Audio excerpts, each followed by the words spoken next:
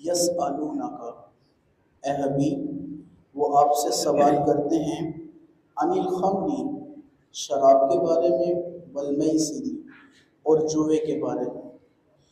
قل، آپ فرما دیجئے، فیہما اثم کبیر، کہ ان دونوں میں بڑا گناہ ہے، شراب میں اور جوئے میں۔ ومنافع للناس، اور لوگوں کے لیے کچھ فائدہ بھی ہے۔ وَإِثْمُهُمَا أَكْبَرُ مِن نَفْعِهِمَا، اور ان کا گناہ ان کے نفع سے زیادہ ہے۔ وَيَسْأَلُونَكَ، اور سوال کرتے ہیں آپ سے، مَاذَا يُنْفِقُونَ، کیا خرچ کریں، خرچ کرنے کے بارے میں۔ قُلِ الْعَفْوَ، آپ فرما دیجئے جو اضافی ہے وہ خرچ کریں۔ كَذَلِكَ، اسی طرح، يُبَيِّنُ اللَّهُ، اللہ بیان فرماتا ہے، لَكُمُ الْآيَاتِ، تمہارے لیے آیتوں کو، لَعَلَّكُمْ تَتَفَكَّرُونَ، تاکہ تم غور و فکر کرو۔ عزیزان گرامی قدر، یہ آیت مبارکہ، اس آیت مبارکہ میں شراب اور جوے کی ممانعت نہیں ہے، صرف ان کے بارے میں کچھ سرزنش اور کچھ ڈیٹیل ہے۔ ممانعت آگے سورۃ المائدہ میں ہے، اور غزوہ احزاب کے چند دنوں بعد جو ہے وہ ممانعت کا بیان آیا تھا۔ یہاں تک شراب اور جوے سے منع نہیں کیا گیا، صرف اس کے نقصانات جو ہے وہ بیان کیے گئے ہیں۔ اور یہاں پر بتایا گیا ہے کہ یہ جو شراب اور جوا ہے، یہ ان میں گناہ ہے۔ ان میں فائدہ بھی ہے لوگوں کا، کہ سرور سمجھتے ہیں کہ وہ شراب پینے سے حاصل ہوتا ہے، خریدنے بیچنے سے کچھ نفع حاصل ہوتا ہے، اور جوا کھیلنے سے شاید انسان یہ سمجھتا ہے کہ اس میں مجھے فائدہ مل رہا ہے۔ فرمایا نہیں، وَإِثْمُهُمَا أَكْبَرُ مِن نَفْعِهِمَا، ان کا گناہ ان کے نفع سے زیادہ ہے۔ عزیزانی گرامی قدر، بڑا ہی غور و فکر کرنے والا یہ آج کا بیان ہے۔ اللہ کرے یہ امت کو بات سمجھ میں آ جائے۔ شراب پینے سے عقل زائل ہو جاتی ہے۔ شرابی جب شراب پیتا ہے تو ماں بہن کی تمیز باقی نہیں رہتی، اپنے پرائے میں فرق باقی نہیں رہتا، زبان گندی ہو جاتی ہے، عقل زائل ہو جاتی ہے۔ اور جوا کھیلنے سے انسان معاشرے میں ذلیل ہو جاتا ہے۔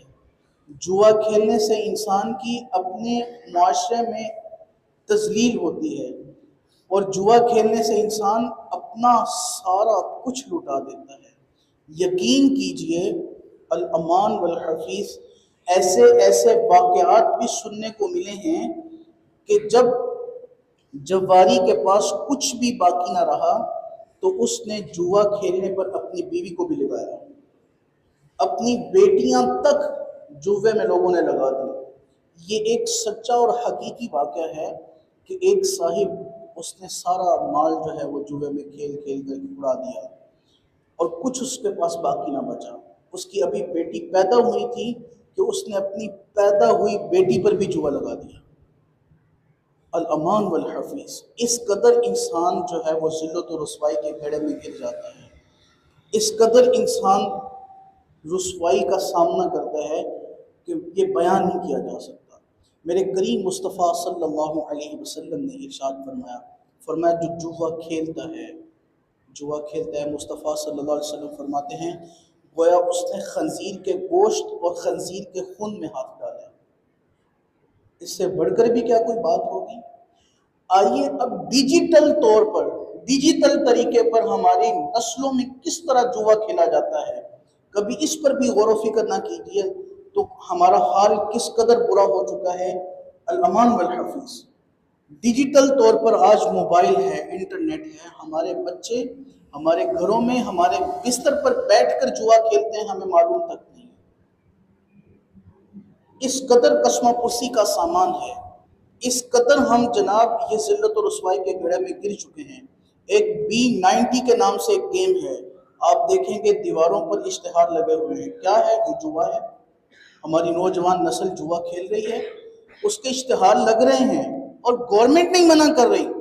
گورنمنٹ جہاں پر اتنے اقدامات کر رہی ہے، یہ کیوں جناب جوے کو اتنا پروموٹ کیا جا رہا ہے، اور ہمارے نوجوان گیمیں کھیل رہے ہیں؟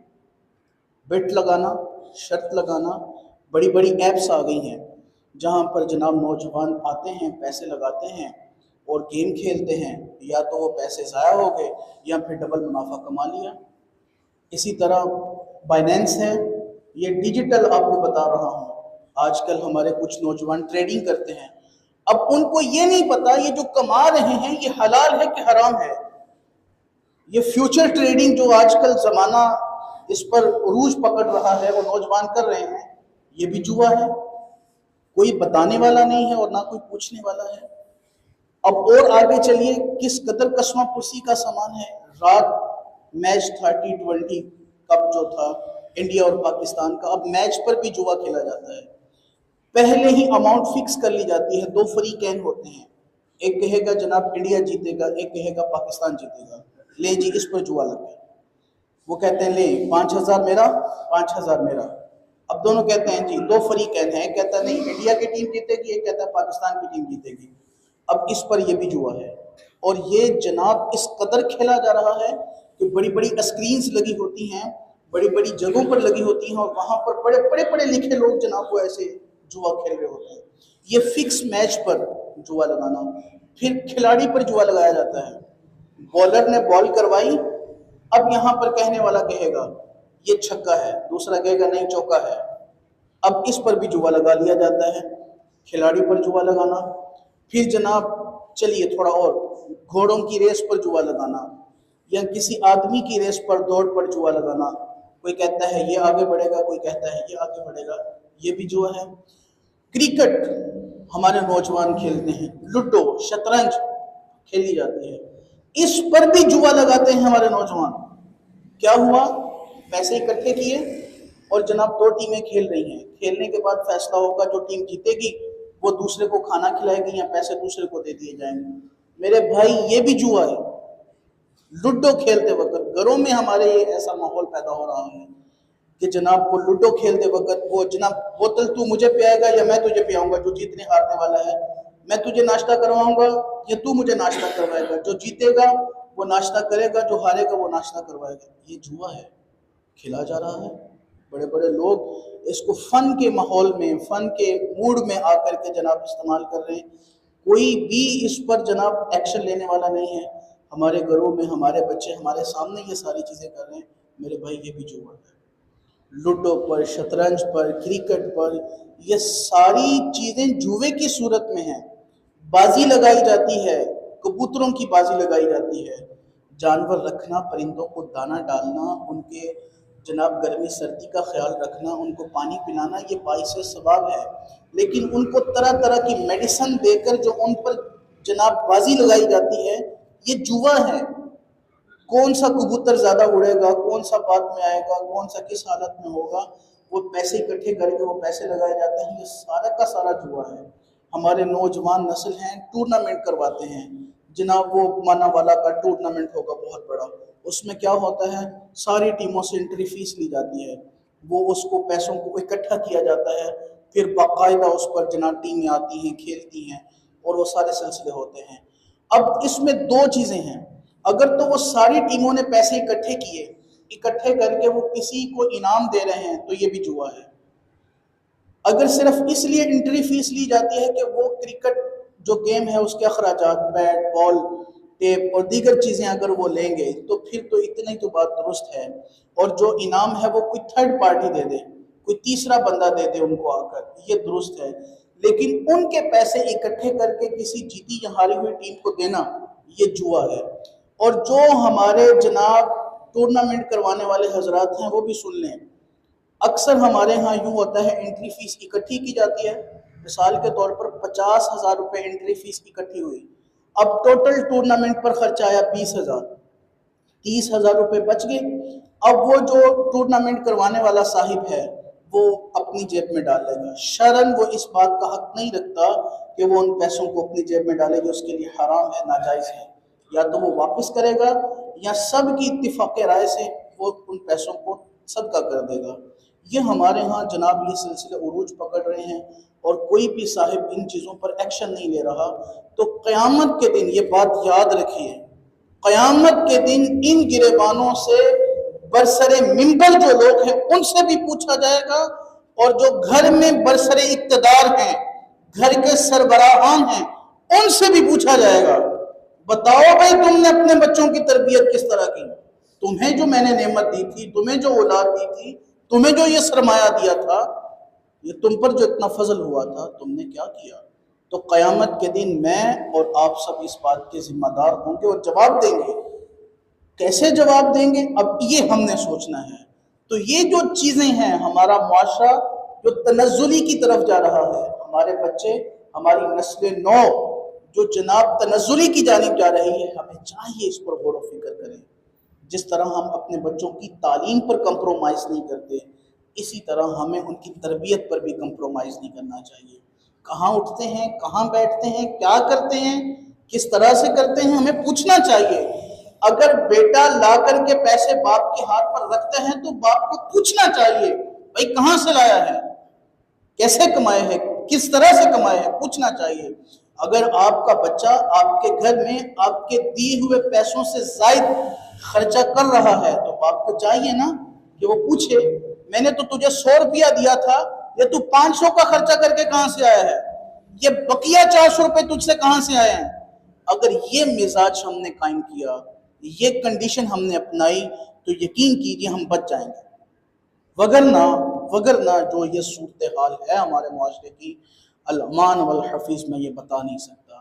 باپ کو چاہیے، ماں کو چاہیے اپنے بچوں سے پوچھیں یہ تمہارے پاس اضافی چیز کہاں سے آئی، کدھر سے لی، کس نے دی تمہیں، اس کا سورس کیا تھا، اس کا ذریعہ کیا تھا، اس کو حاصل کیسے کیا۔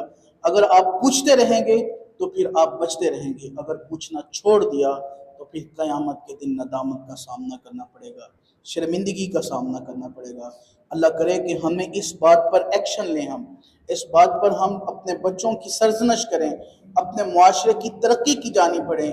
یہ جو گیمیں ہیں اور یہ جو دیگر ایپس ہیں اور یہ جو کمائی کے ذریعے ہیں، ان پر غور و فکر کریں۔ پیسے تو آ رہے ہیں، پیسے تو جیب میں آ رہے ہیں، یہ تو دیکھیں نا یار یہ حلال ہے کہ حرام ہے، اس کا ذریعہ کیا ہے، اس کو کمانے کا طریقہ کیا ہے، اس کو حاصل کرنے کا طریقہ کیا ہے۔ اگر اس پر غور و فکر کرنا شروع کر دیا تو الحمدللہ انشاءاللہ عز و جل میں یہ بڑے وثوق سے کہتا ہوں ہمارے گھر جو ہیں وہ خوشبوؤں کے آنگن ہوں گے، ہمارے گھروں میں خوشیاں آئیں گی، ہمارے گھر لہلہاتے ہوئے پھولوں کی مانند ہوں گے۔ وگرنہ گھر قسمہ پرسی کا سامان ہوگا، گھر میں لڑائی جھگڑے فسادات، باپ بیٹے سے جھگڑا اور بیٹے کا باپ سے جھگڑا، یہ آپس میں یہ سلسلے چلتے رہیں گے۔ اگر حلال و حرام میں تمیز باقی رکھی، فرق باقی رکھا تو انشاءاللہ عز و جل تھوڑے وقت میں ہم ان چیزوں سے نکل جائیں گے۔ تو آیت کا اگلا حصہ، صحابہ نبی پاک صلی اللہ علیہ وسلم نے جب صحابہ کو صدقہ کرنے کی فضیلت دی بتائی اور صدقہ کرنے کے بارے میں ترویج دی تو انہوں نے پوچھا وَيَسْأَلُونَكَ مَاذَا يُنْفِقُونَ، یا رسول اللہ علیہ وسلم کتنے کے پیسے صدقے کریا کریے، کتنے پیسے اللہ کی راہ میں خرچ کریں۔ تو اللہ کے حبیب صلی اللہ علیہ وسلم نے اللہ کے حکم پر فرمایا قُلِ الْعَفْوَ، اے محبوب ان کو فرمائیے کہ جب یہ کمائیں اور ان کی ضرورت سے جتنے بھی زیادہ پیسے ہیں وہ اللہ کی راہ میں صدقہ کر دیں۔ یہ حکم اس وقت وجوب کا تھا کہ جتنے بھی پیسے ان کے پاس ہیں ضرورت کے نکال لیں، باقی سارے کے سارے صدقہ کر دیں۔ پھر فرمایا کذالک یبین اللہ، اسی طرح اللہ واضح فرماتا ہے لکم تمہارے لیے الآیاتی آیتوں کو لعلکم تتفکرون تاکہ تم فکر کرو۔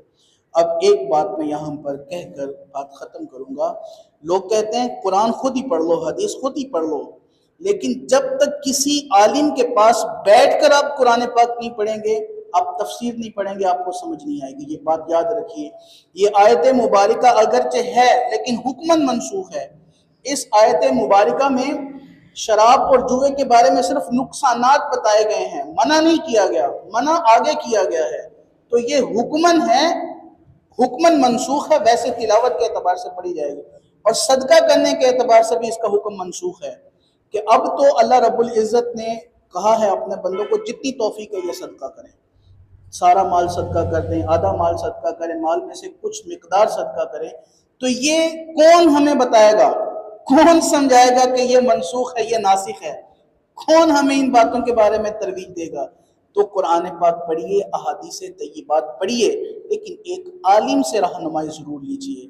ایک عالم جس نے جناب 8 سال 10 سال ایڑیاں گوڑے رگڑ کے صفوں پر جناب متعلم بن کر وہ درس و تدریس کرتا رہا ہے، آپ کا حق بنتا ہے آپ اس کی محفل میں بیٹھیں، آپ اس سے قرآن و حدیث سمجھیں اور سنیں، اور پھر انشاءاللہ عز و جل ہم جو ہے وہ کامیابی کی طرف جائیں گے۔ خالق کائنات اللہ عز و جل کی بارگاہ میں دعا کرتے ہیں اللہ کریم ہمیں صحیح معنوں میں قرآن مجید پڑھنے، پڑھ کر سمجھنے اور پھر سمجھ کر عمل کرنے کی توفیق عطا فرمائے، آمین بجاہ طہ و یاسین۔